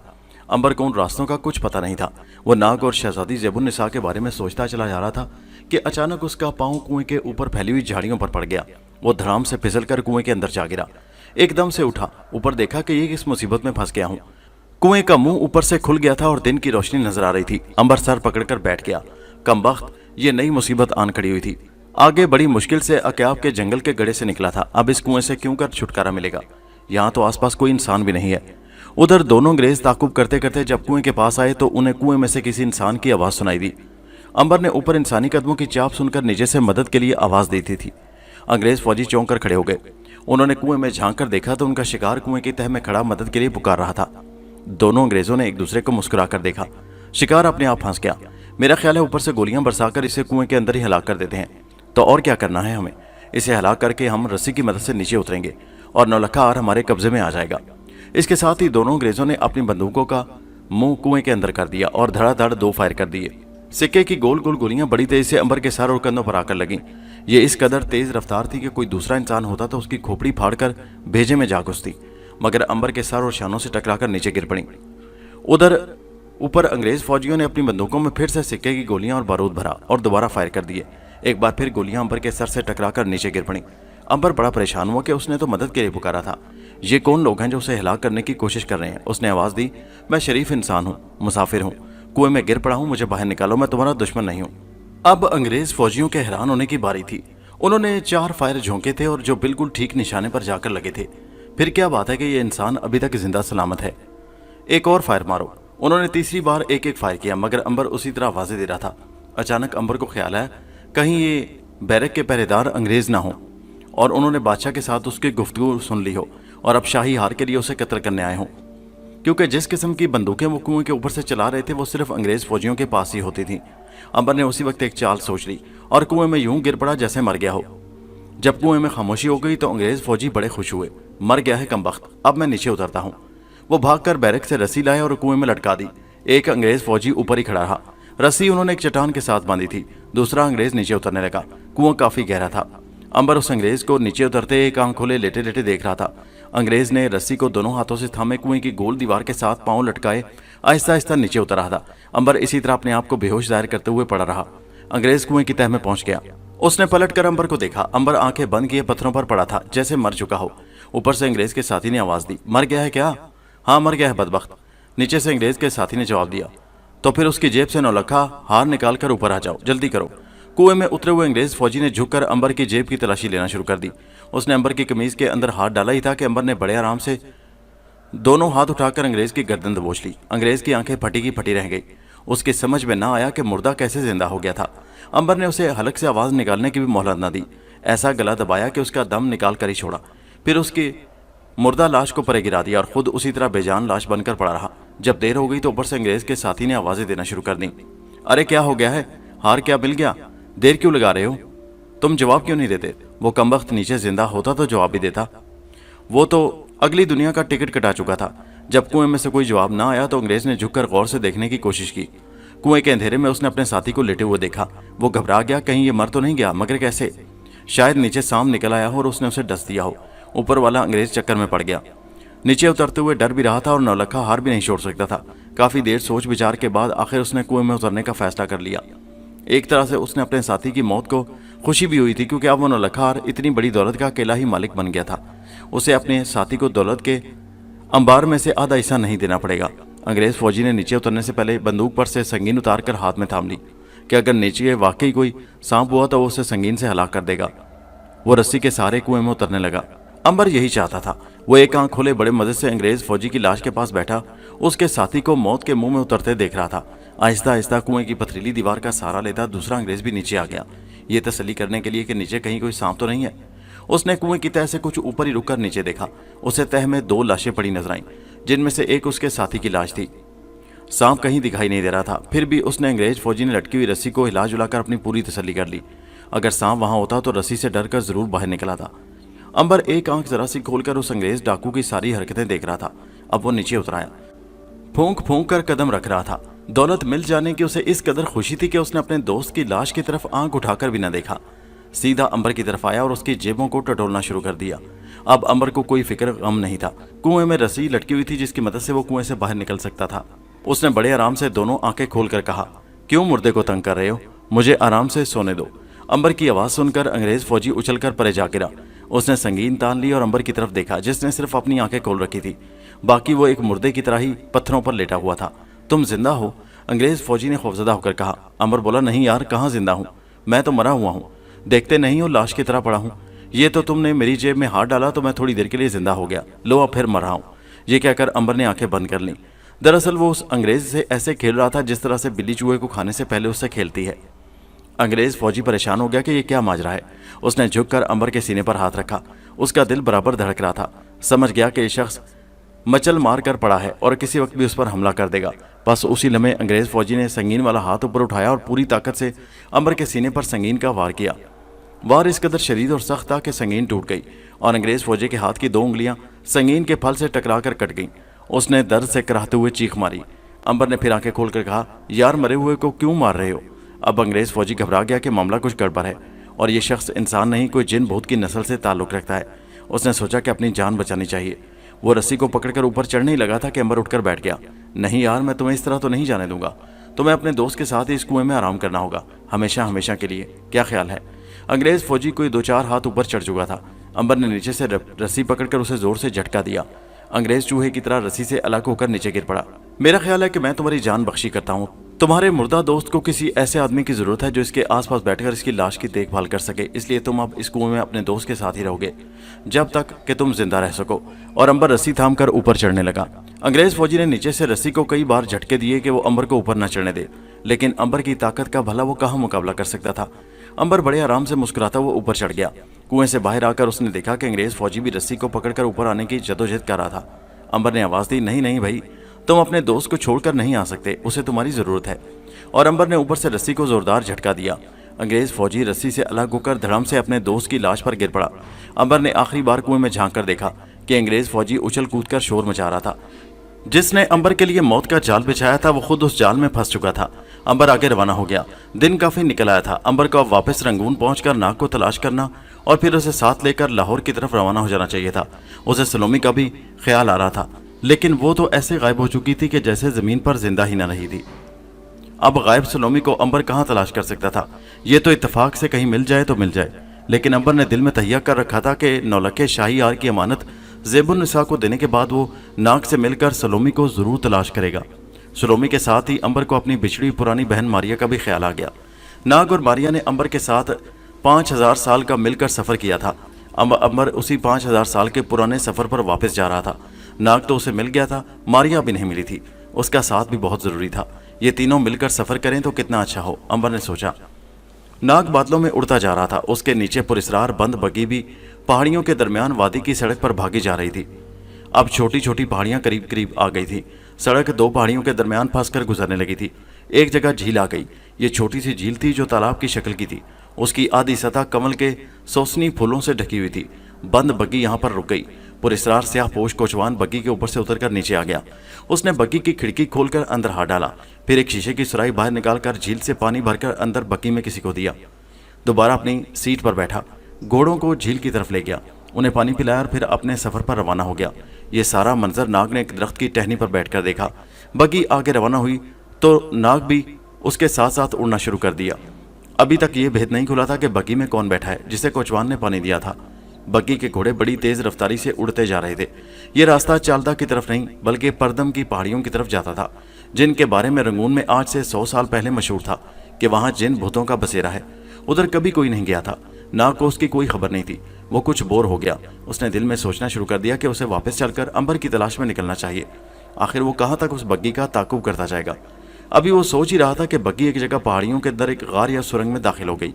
नाग पहाड़ियों पर से नीचे उतर आया। सुरंग के अंदर से घोड़ों के टापों की कुछ देर आवाज आती रही, फिर सुरंग खामोश हो गई।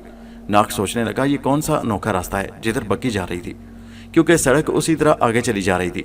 बग्गी उस सड़क से हटकर सुरंग में दाखिल हुई थी। नाग ने इंसानी शक्ल में आकर सुरंग में झांक कर देखा।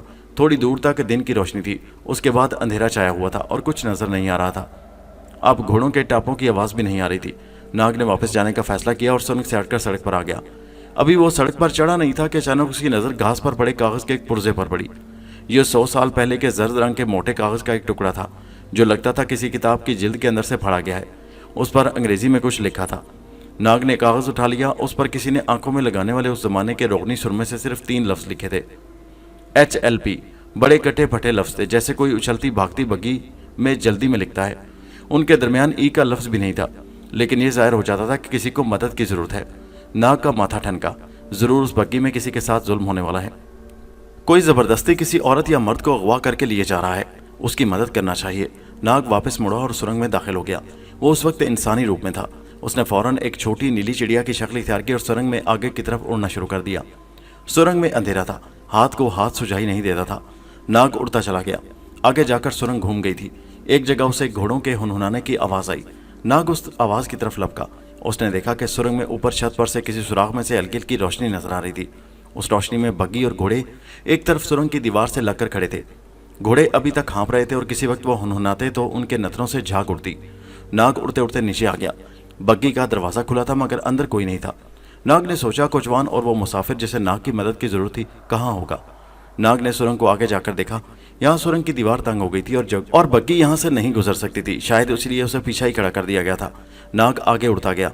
सुरंग चूंकि तंग थी इसलिए वो खुलकर नहीं उड़ सकता था। वो उडारी मारकर जरा आगे जाता, फिर रुक जाता। आगे एक जीना आ गया। ये पुराने पत्थरों का जीना था जो सुरंग के नीचे जा रहा था। नाग ने सोचा कि चिड़िया बनकर वो गया तो शायद किसी की मदद न कर सके, उसे इंसान या सांप की शक्ल में नीचे जाना चाहिए। उसी वक्त नाग ने एक काले सांप का रूप बदला और जीने की दीवार पर रेंगते हुए नीचे उतरना शुरू कर दिया। जीना काफी नीचे तक चला गया था। यहाँ फिर बड़ा गहरा अंधेरा था। कोई आवाज भी सुनाई नहीं दे रही थी। फजा में बड़ी नमदार बू थी। अब नाग को पानी के गिरने और बहने की हल्की की आवाज सुनाई देने लगी। बर्मा की पहाड़ियों में कई एक मकामात पर पहाड़ियों के अंदर छोटी छोटी नहरें और छोटे दरिया बहते हैं। ये उन चश्मों का पानी जमा होकर नदी या दरिया की शक्ल इख्तियार कर लेता है जो पहाड़ियों के नीचे गहरी गारों और खड्डों में फूटे होते हैं। चुनाचे ये अंदर ही अंदर पहाड़ों को तोड़कर रास्ते बना लेते हैं और मीलों बहते चले जाते हैं। फिर आखिर में किसी खुली जगह निकलकर किसी नदी या दरिया या समंदर में जा गिरते हैं। नाग उसी किस्म की नदियों और छुपे हुए दरियाओं से वाकिफ था और वह सांप की शक्ल में रेंगता हुआ जीने से नीचे उतर गया। उसके सामने एक 6 फीट चौड़ी नदी का पानी बड़ी तेजी से बह रहा था। उसके ऊपर पहाड़ी की छत थी और एक जानिब कुदरती पत्थरों का फुटपाथ सा बन गया था। नाग उस फुटपाथ पर रेंगते हुए नदी के साथ साथ चला। नदी का सफ़ेद पानी सुरंग के अंधेरे में बड़ी तेजी से झाग उड़ाता बह रहा था और उसे बड़ी दहशत ज़दा आवाज़ आ रही थी। आगे जाकर नदी एक तारीक गार में दाखिल होकर गुम हो जाती थी। उस गार की छत नदी के झाग उड़ाते पानी से कोई 1 फीट ऊंची थी। ज़ाहिर है यहाँ से कोई इंसान नहीं गुजर सकता था। फिर वो बग्गी का स्याह पोश कोचवान कहाँ चला गया? नाग ने अपना फन उठाकर दीवार के ऊपर नीचे देखा। उसकी नज़र दीवार पर एक जगह रुक गई जहाँ वो कुंडली मारे बैठा था। वहां से कोई 4 फीट ऊपर दीवार में एक सुराख सा बना हुआ था। नाग दीवार के ऊपर रेंगता हुआ उस सुराख में आ गया। ये एक चौकोर सुराख था और उसका मुंह इतना था कि उसमें से एक आदमी झुककर बड़ी आसानी से गुजर सकता था। नाग सुराख में दाखिल हो गया। आगे फिर अंधेरा था, मगर चूंकि नाग सांप की शक्ल में था इसलिए उसे अंधेरे में भी दिखाई दे रहा था। सुराख में आगे जाकर फिर जीना आ गया। ये 6-7 सीढ़ियों वाला पथरीला जीना था। नाग खामोशी से रेंगता हुआ नीचे उतर गया। यहाँ उसे पहली बार एक इंसानी आवाज़ सुनाई दी। यह किसी औरत की चीख की आवाज़ थी। नाग चौंका। उसने अपना फन खड़ा कर लिया और फुनकार मारकर महसूस किया कि चीख की आवाज़ किधर से आई थी। फिर वो तेज़ी से आगे बढ़ा। गहरे अंधेरे में उसे एक तरफ हल्की सी रोशनी नजर आई। ये आग के एक शोले की रोशनी थी जो तह खाने में एक जानिब कोने में रखे किसी बर्तन में जल रही थी। यहाँ बहुत खतरा था। नाग को अपनी जान का भी ख्याल था क्योंकि वो मर सकता था। उसने दीवार पर रेंगना शुरू कर दिया। अब वहाँ उसने एक अंग्रेज़ खूबसूरत लड़की को देखा कि जिसे पत्थर के एक स्तून के साथ बांध दिया गया था। वही स्याहपोश शैतान सूरत कोचवान उसके मुंह में कपड़ा ठोंस रहा था। लड़की सर मार रही थी। जब वो काबू में नहीं आई तो शैतान स्याहपोश ने उसके सर पर एक डंडे की ज़रब लगाई जिससे लड़की बेहोश हो गई। स्याहपोश शैतान अब आग के बर्तन की तरफ मुतवज्जो हुआ। उसने उसके आगे दोजानों बैठकर कुछ मंत्र पढ़ने शुरू कर दिए। उसकी आवाज़ बुलंद होती चली गई। साथ ही साथ वो हाथ से फ़ज़ा में कुछ लिखता भी चला जा रहा था। नाग दीवार के साथ छुपा ये सब कुछ खामोशी से देख रहा था। शैतान स्याहपोश ने जेब से एक पुड़िया निकाल कर खोली, उसका सफूफ आग में डाल दिया। एक शोला बुलंद हुआ और तहखाने में बदबूदार धुआं फैल गया। नाग का दम घुटने लगा। वो वापस जाने लगा था कि तहखाने की छत में से एक भारी पत्थर अपने आप खिसक गया। अंदर रोशनी आ गई। छत के सुराख में से एक इंसानी कटा हुआ सर नीचे लटकने लगा। छत का पत्थर वापस अपनी जगह पर आ गया। ये एक औरत का सर था जिसके बाल बिखरे हुए थे। सुर्ख आंखों से चिंगारियां फूट रही थीं और कटी हुई गर्दन में से खून टपक रहा था। कटे हुए सर को देखकर स्याहपोश शैतान हाथ बांधकर एक तरफ खड़ा हो गया। कटे हुए सर ने एक भयानक कहका लगाया और सून के साथ बंधी हुई खूबसूरत गोरी चिट्टी अंग्रेज लड़की के गिर्द एक चक्कर काटा। वापस आग के शोले के ऊपर आकर वो सर हवा में टिक गया। स्याहपोश शैतान की तरफ देखकर सर ने कहा, अब तो मुझे किस लिए बुलाया है सामरी की औलाद? मैंने ये आदमजात खूबसूरत लड़की तुझे बख्श दी थी, अब मंत्र पढ़ पढ़ कर मुझे क्यों तंग कर रहा है? स्याहपोश शैतान ने सर झुकाकर कहा, ऐ चुड़ैलों की मलका, मैं तुम्हारा शुक्रिया अदा करता हूँ, लेकिन ये औरत मुझसे नफरत करती है। होश में आते ही मुझसे भागने की कोशिश करती है। चुड़ैल के सर ने नफरत से कहा, बकवास बंद कर और ये बता कि अब तू क्या चाहता है? स्याहपोश ने कहा, चुड़ैलों की मलका, इस लड़की की यादाश्त गुम कर दे। इसके दिमाग पर ऐसा असर डाल दे कि इसे कुछ भी याद न रहे कि ये कौन है और कहाँ से आई है। बस ये समझे कि मैं इसका मालिक हूँ और ये मेरी कनीज है।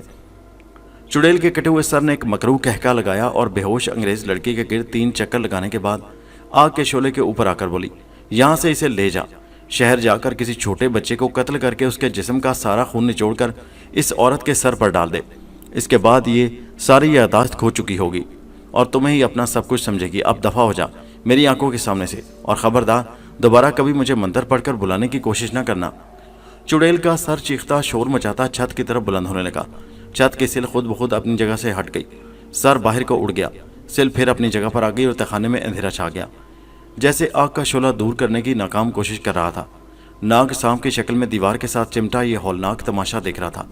चुड़ैल के जाने के बाद स्याहपोश शैतान ने बेहोश अंग्रेज लड़की को खोलकर अपने कंधे पर डाला और तहखाने से निकलकर सुराख में से गुजरता हुआ नदी के पथरीले फुटपाथ पर आ गया। नाग सांप की शक्ल में बराबर उसका पीछा कर रहा था। नदी के फुटपाथ पर वो अंधेरे में झुका झुका चल रहा था, क्योंकि यहाँ छत ज्यादा ऊंची नहीं थी। नदी को पीछे छोड़कर स्याहपोश शैतान दूसरे तहखाने में आ गया। लड़की उसके कंधे पर बेहोश पड़ी थी। यहाँ सीढ़ियाँ चढ़कर वो बाहर उस सुरंग में आ गया जहाँ उसकी पुरस्कार बग्गी और घोड़े खड़े थे। नाग उसके पीछे पीछे था। स्याहपोश शैतान ने लड़की को बग्गी में डाला और ऊपर चढ़कर कोचवान की सीट पर बैठा और बागें थामकर जोर से घोड़ों को चाबक मारा।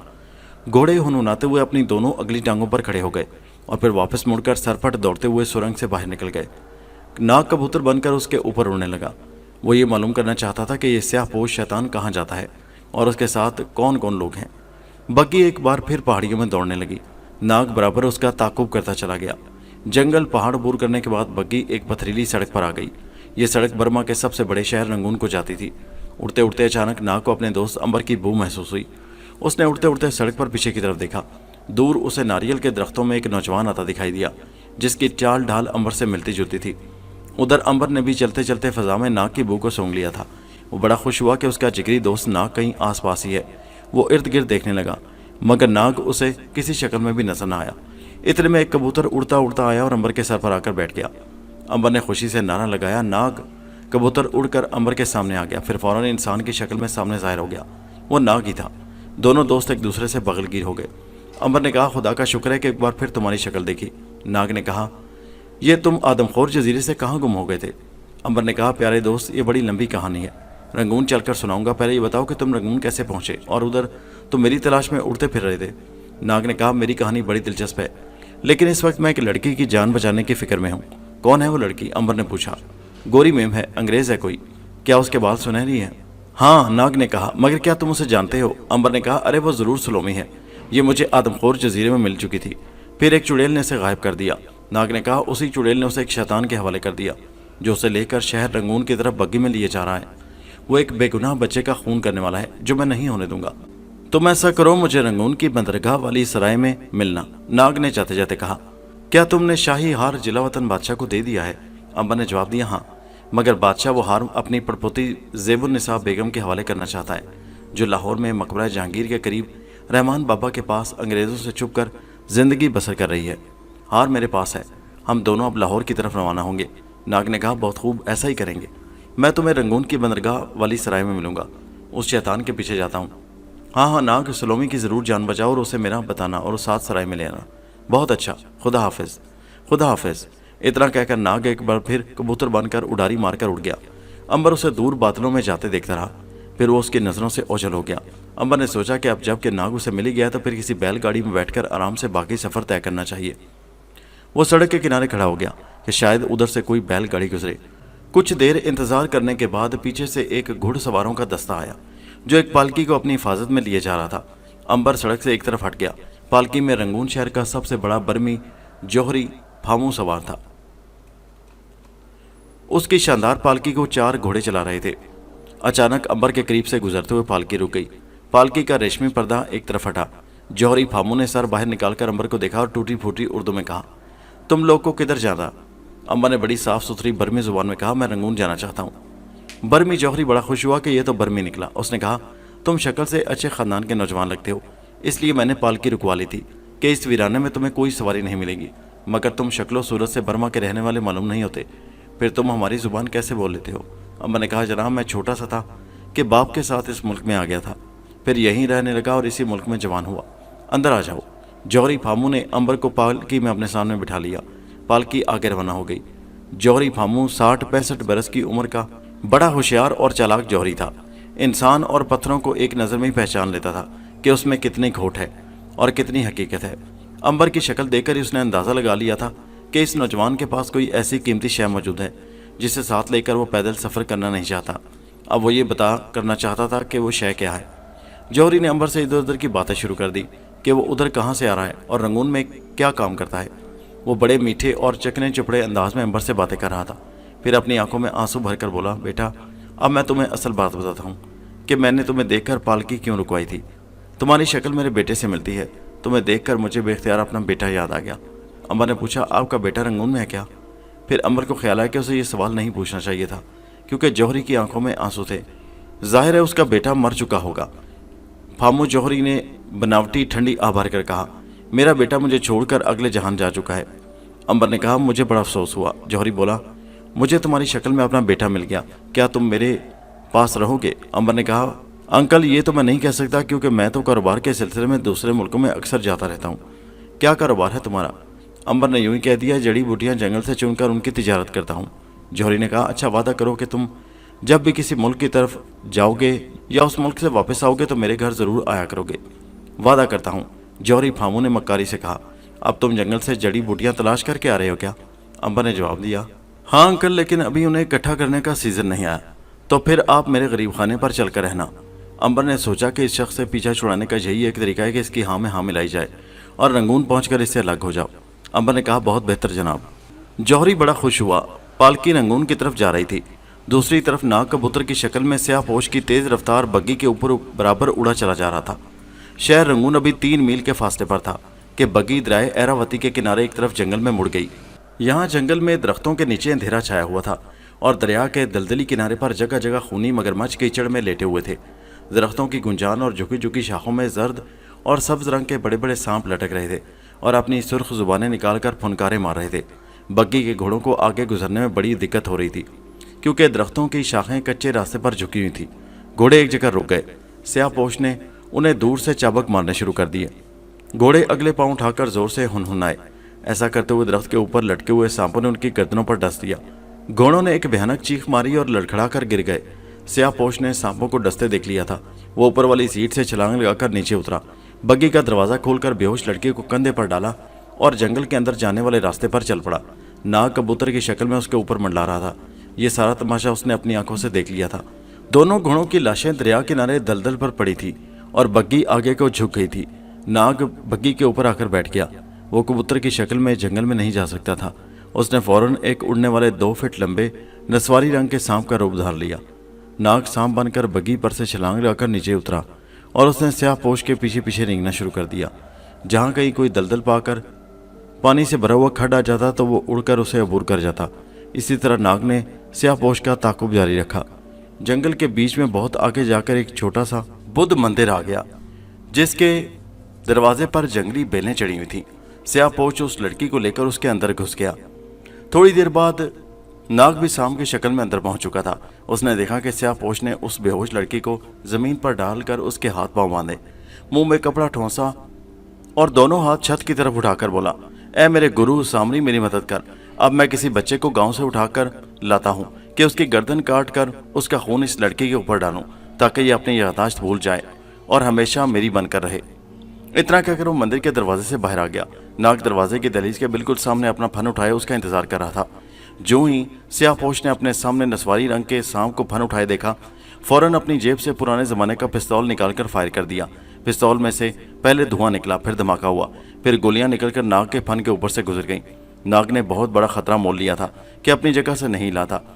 अगरचे पिस्तौल पुराने ज़माने का था, मगर उसके अंदर आखिर बारूद भरा हुआ था और उसकी गोलियां थीं जो उसे हलाक कर सकती थी। अब नाग को कोई फिक्र नहीं थी, क्योंकि पिस्तौल चलाने के लिए उसे दोबारा भरने की जरूरत थी, जिसकी मोहलत नाग ने न दी। वो अपनी जगह से उड़कर सीधा स्याहपोश की गर्दन पर आ गया। उसने स्याहपोश की गर्दन के गिर्द कुंडली मारी और अपना फन बिल्कुल उसके मुंह के आगे करके लहराने लगा। स्याहपोश की तो जान ही निकल गई। वो थर थर कांपने लगा। वो एक जालिम था और एक बच्चे को हलाक करने जा रहा था। उसका मर जाना ही बेहतर था। नाग ने उसे ज्यादा मोहलत न दी और बड़े आराम से अपना फन स्याहपोश के होंठों के करीब ले जाकर उसके खुश्क कांपते होंठों में अपने दांत गाड़कर सारा जहर उलट दिया। स्याहपोश ने एक चीख मारी और जहर ने उसे बेहिस्स करके जमीन पर गिरा दिया। उसके जमीन पर गिरने से पहले ही सांप उसकी गर्दन से निकलकर मंदिर की दहलीज पर जा बैठा था। स्याहपोश की मौत के बाद नाग ने अपने फिर से इंसान की शक्ल इख्तियार कर ली और मंदिर के अंदर दाखिल हो गया। अंग्रेज लड़की अभी तक बेहोश पड़ी हुई थी। नाग उसे उठाकर बाहर पानी के खड्ड के पास ले आया। पानी के छींटे उसके मुंह पर मारे। उसे होश आ गया। उसने पूछा, मैं कहाँ हूँ? नाग ने मुस्कुराकर उसी की अंग्रेजी जुबान में कहा, तुम अपने भाई के पास हो। क्या तुम्हारा नाम सलोमी है? हाँ, तो फिर मेरे साथ चलो। तुम्हारा एक और भाई अंबर तुम्हारा रंगून में इंतजार कर रहा है। अंबर कहाँ है वो? मुझे उसके पास ले चलो। कमबख्त एक चुड़ैल मुझे टीले के खंडर से उठाकर ले गई थी। नाग ने कहा, वो चुड़ैल अब कभी तुम्हारे पास नहीं आएगी। اس نے جس شیطان کے حوالے تمہیں کیا تھا اسے ایک سانپ نے ہلاک کر دیا اور اس کی وہ لاش پڑی ہے۔ اس کے بعد ناگ نے سلومی کو ساتھ لیا اور جنگل کے دشوار اور خطرناک راستے سے گزرنے لگا۔ اس نے سلومی کو بتایا کہ میرا نام ناگ ہے اور میں امبر کا پرانا دوست ہوں۔ سلومی نے پوچھا، بہادر شاہ بادشاہ کو اس کی امانت پہنچا دی گئی ہے کیا؟ ناگ نے اسے امبر کی ساری داستان سنا ڈالی اور بتایا کہ اب وہ لوگ شاہی امانت لے کر لاہور جا رہے ہیں، جہاں وہ بادشاہ کی پوتی شہزادی زیب النساء کو مغلیہ شاہی ہار دے دیں گے۔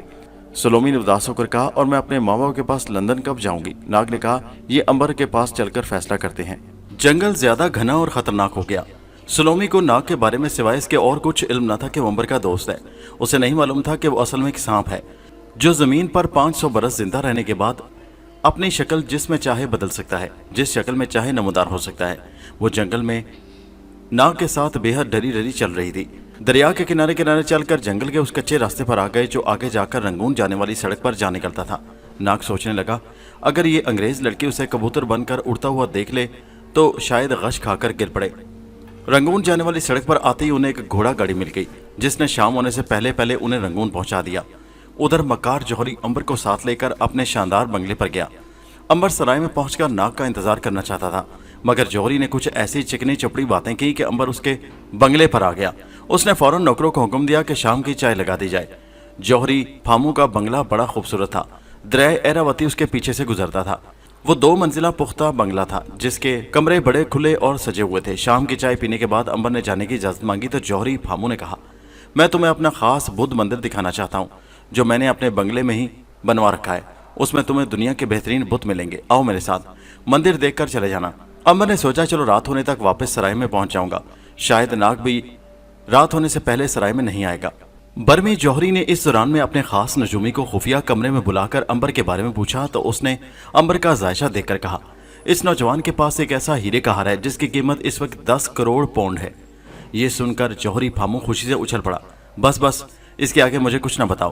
نجومی نے کہا، ایک اور بات بھی ذائشہ بتا رہا ہے اور وہ یہ ہے کہ اس لڑکے کے پاس کوئی ایسی خفیہ طاقت ہے کہ جس کی مدد سے یہ ہمیشہ زندہ رہے گا۔ ہاں، کسی کنویں میں لڑک جانے سے یہ بے بس ہو سکتا ہے۔ ٹھیک ہے، سب سمجھ گیا، اب تم جاؤ۔ نجومی کو رخصت کر کے جوہری پھامو نے امبر کو ساتھ لیا اور اپنے بنگلے کے عقب میں آ گیا۔ یہاں ایک پرانا مندر جس کا دروازہ کوئی 500 برس پرانا تھا۔ جوہری پھامو نے دل میں ایک سازش تیار کر رکھی تھی۔ وہ امبر کو لے کر مندر کے اندر داخل ہو گیا۔ امبر نے دیکھا کہ دیوار کے طاقوں میں مہاتما بدھ کی بڑی خوبصورت سنگ مرمر اور کانسی کی مورتیاں پڑی تھیں۔ مندر میں اندھیرا تھا مگر چھت کے ساتھ لٹکے ہوئے مومی شمعدان ہلکی ہلکی روشنی بکھیر رہے تھے۔ یہاں کا ماحول بڑا پراسرار تھا۔ مندر کے نیچے سیڑھیاں جاتی تھی۔ جوہری اپنی بھاری بھرکم توند کو سنبھالے آگے آگے جا رہا تھا۔ آؤ میرے بیٹے، تمہیں اپنے مندر کا سب سے پرانا سونے کا بت دکھاتا ہوں۔ یہ بت میرے پردادا نے رنگون کے ایک قدیمی بادشاہ کے بیٹے سے خریدا تھا۔ تم نے ایسا بت ساری زندگی نہیں دیکھا ہوگا۔ امبر یوں ہی وقت گزارنے کی غرض سے ساتھ ساتھ چلا جا رہا تھا۔ سیڑھیاں ایک ایسے اندھیرے کمرے میں جا کر ختم ہو گئی جہاں ایک چھوٹا سا پانی کا تالاب بنا ہوا تھا۔ اس کے ارد گرد پتھر کا چبوترا تھا۔ امبر نے کہا، موم بتی نہیں ہے یہاں؟ جوہری پھامو نے ایک مومی شمع دان روشن کرتے ہوئے کہا، بس وہ سامنے طاق میں ہے سونے کا بت، آ جاؤ، اس طرف سے آ جاؤ۔ جوہری پھامو خود تو ایک طرف مومی شمع دان لے کر کھڑا رہا اور امبر کو اس نے دوسری طرف سے آنے کا اشارہ کر دیا۔ امبر کے دل میں ایک پل کے لیے بھی یہ خیال نہ آیا کہ کہیں اس کے ساتھ کوئی خوفناک دھوکہ تو نہیں ہو رہا۔ وہ بے دھڑک تالاب کے کنارے چبوترے کی طرف بڑھا۔ اس نے تیسرا قدم اٹھا کر رکھا ہی تھا کہ اس کا پیر نیچے چلا گیا اور وہ دھڑم سے ایک اندھے کنویں میں گر پڑا۔ اسے مکار جوہری کے کہکہے کی آواز سنائی تھی۔ امبر نے کہا، تم نے میرے ساتھ دھوکہ کیا انکل۔ آخر کیوں؟ میں نے تو تمہیں کوئی نقصان نہیں پہنچایا۔ مکار جوہری نے اوپر سے آواز دی، اگر تم اپنی جان بچانا چاہتے ہو تو میں ایک دھاگا نیچے لٹکاتا ہوں، اس دھاگے کے سرے کے ساتھ وہ قیمتی ہار باندھ ڈالو جو تمہارے پاس ہے، پھر میں تمہیں یہاں سے نکال لوں گا۔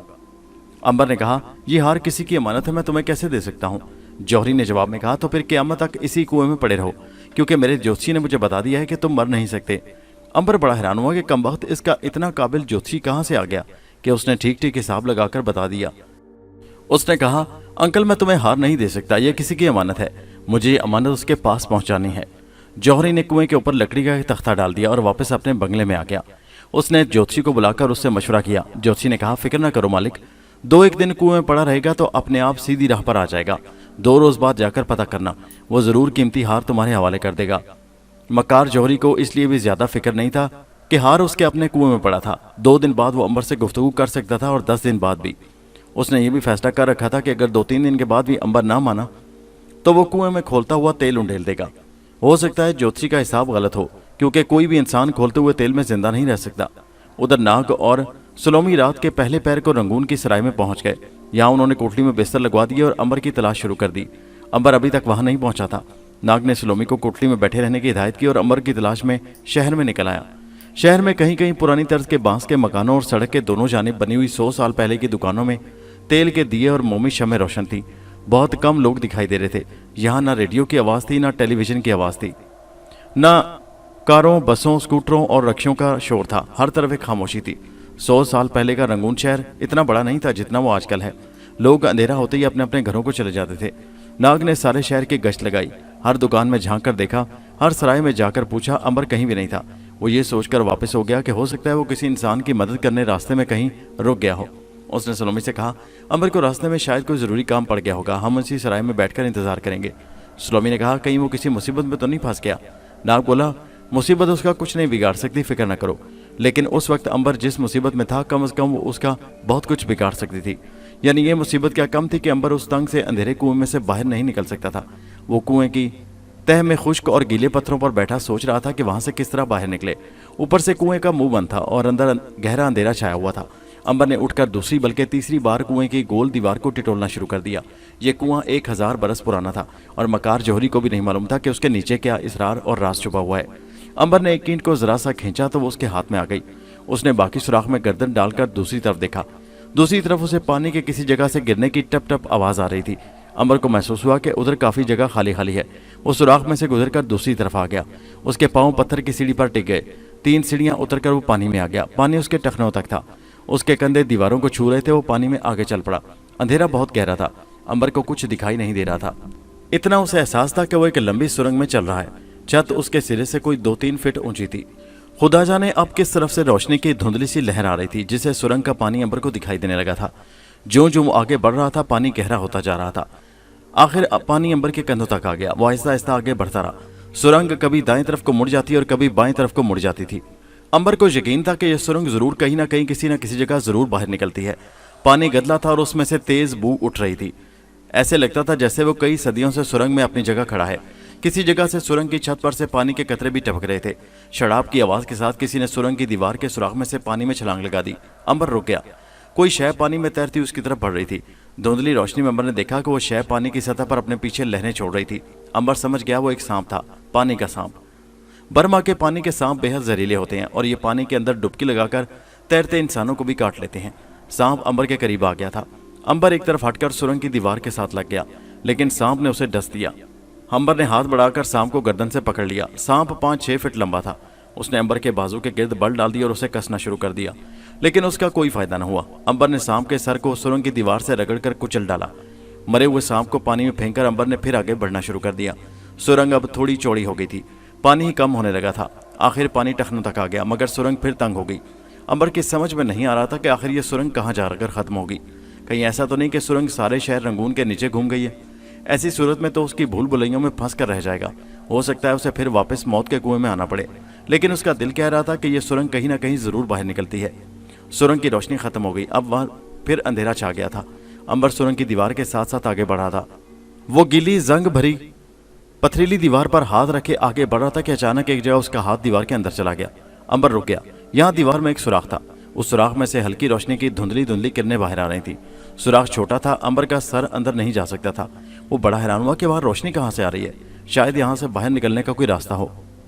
अंबर ने दीवार की कुछ ईंटें गिरा दी। फिर उसने सर डालकर अंदर झांका। एक छोटा सा तहखाना था, जिसके पहलू में एक और छोटी सी सुरंग अंदर को जा रही थी। रोशनी उस सुरंग से निकल रही थी। वो सुराख में से गुजरकर तहखाने में आ गया। यहाँ फर्श पर पत्थर बिखरे पड़े थे। फजा में घुटन और तेज बू थी। अंबर पहलू वाली सुरंग में दाखिल हो गया। फर्श पर पानी बिल्कुल नहीं था। रोशनी की वजह से अंबर आसानी से आगे बढ़ने लगा। उसे एक आवाज हर कदम पर करीब आती महसूस हो रही थी। ये आवाज ऐसी थी जैसे किसी ऑपरेशन थिएटर की मशीन में इंसान का दिल धड़क रहा हो। धम धम धम धम, बड़े रोंगटे खड़े कर देने वाली आवाज थी। अंबर ने सोचा कहीं ये उसके अपने दिल की आवाज तो नहीं है।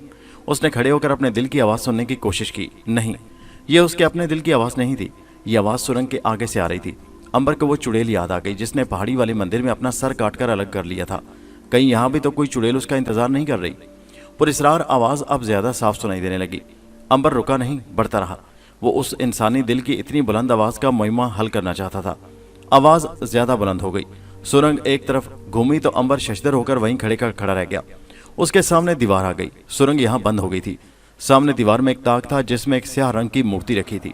مورتی کی شکل بڑی ڈراؤنی تھی اور کسی چڑیل سے ملتی جلتی تھی۔ اس کے آگے ایک دیا چل رہا تھا۔ مورتی کی آنکھیں سرخ تھی جن میں سے سرخ شعائیں نکل رہی تھی۔ مورتی کے سیاہ جسم کے اندر سرخ دل صاف دھڑکتا نظر آ رہا تھا۔ یہ اسی دل کی آواز تھی جو سرنگ میں گونج رہی تھی۔ امبر وہیں رکا، مورتی کو تکنے لگا۔ مورتی کی سرخ آنکھوں کے ڈیلے حرکت کرنے لگے۔ کبھی وہ آہستہ سے دائیں ہو جاتے، کبھی بائیں طرف کو گھوم جاتے، پھر وہ سیدھے امبر کے چہرے کی طرف گھورنے لگتے۔ سیاہ مورتی کے 2 سفید دانت باہر نکلے ہوئے تھے جن میں سے امبر کو خون کے قطرے ٹپکتے نظر آ رہے تھے۔ مورتی کے دل کے دھڑکنے کی آواز آہستہ آہستہ ہوتے ہوتے غائب ہو گئی، مگر اس مورتی کا دل اسی طرح دھڑکتا صاف دکھائی دے رہا تھا۔ اچانک مورتی کا ایک بازو پر اٹھنا شروع ہوا۔ امبر نے دیکھا کہ اس ہاتھ میں ایک ترشول تھا جس کے آگے 3 خنجر لگے ہوئے تھے۔ پھر مورتی کے ہاتھ نے پوری طاقت سے امبر کی طرف 3 خنجروں والا ترشول پھینک دیا۔ آندھی طوفان کی رفتار بلند ہوئی اور ترشول امبر کی گردن سے ٹکرا کر نیچے گر پڑا۔ مورتی نے امبر کی گردن کا بڑا درست نشانہ لیا تھا۔ مورتی کا دوسرا بازو حرکت میں آیا۔ اس ہاتھ میں سانپوں کا ایک گچھا لہرا رہا تھا اور چھوٹے بڑے کتنے ہی سانپ پھنکارے مار رہے تھے۔ مورتی نے سارے سانپوں کا ایک گچھا امبر کی طرف اچھال دیا۔ سارے کے سارے سانپ امبر کے سر پر آ کر گرے اور دیکھتے ہی دیکھتے اس کے جسم سے لپٹ کر اسے ڈسنے لگے، مگر ہوتا یہ تھا کہ جو سانپ امبر کو ڈستا وہ اپنے آپ اس کے بدن کو چھوڑ کر نیچے گرتا اور مر جاتا۔ تمام سانپ ایک ایک کر کے مر گئے۔ مورتی ابھی تک امبر کی طرف غضبناک آنکھوں سے دیکھ رہی تھی۔ اس کا ہر وار ناکام جا رہا تھا۔ اس کا سرخ سرخ دل ایک دم سے پھر دھم دھک کی آواز سے دھڑکنا شروع ہو گیا۔ تہخانے میں گویا موت کی آواز گونجنے لگی۔ اب امبر نے آگے بڑھ کر مورتی پر حملہ کر دیا۔ اس نے فرش پر وہی ترشول اٹھا کر اس کے 3 خنجر مورتی کی دھڑکتے ہوئے دل میں گھوم دیے۔ فضا میں ایک بھیانک چیخ بلند ہوئی اور سیاہ مورتی کے سینے سے خون کا فوارہ اچھل پڑا۔ امبر جلدی سے پیچھے ہٹ گیا۔ اس کے ساتھ ہی مومی شمع بجھ گئی۔ تہخانے میں اندھیرا چھا گیا۔ مورتی غائب ہو گئی اور اس کی جگہ دیوار میں ایک گول سوراخ بن گیا۔ سوراخ میں سے امبر دوسری طرف اتر گیا۔ اس کا خیال تھا کہ یہ آبشار کسی پہاڑی کے دامن میں گرا ہے اور وہ باہر نکل سکے گا۔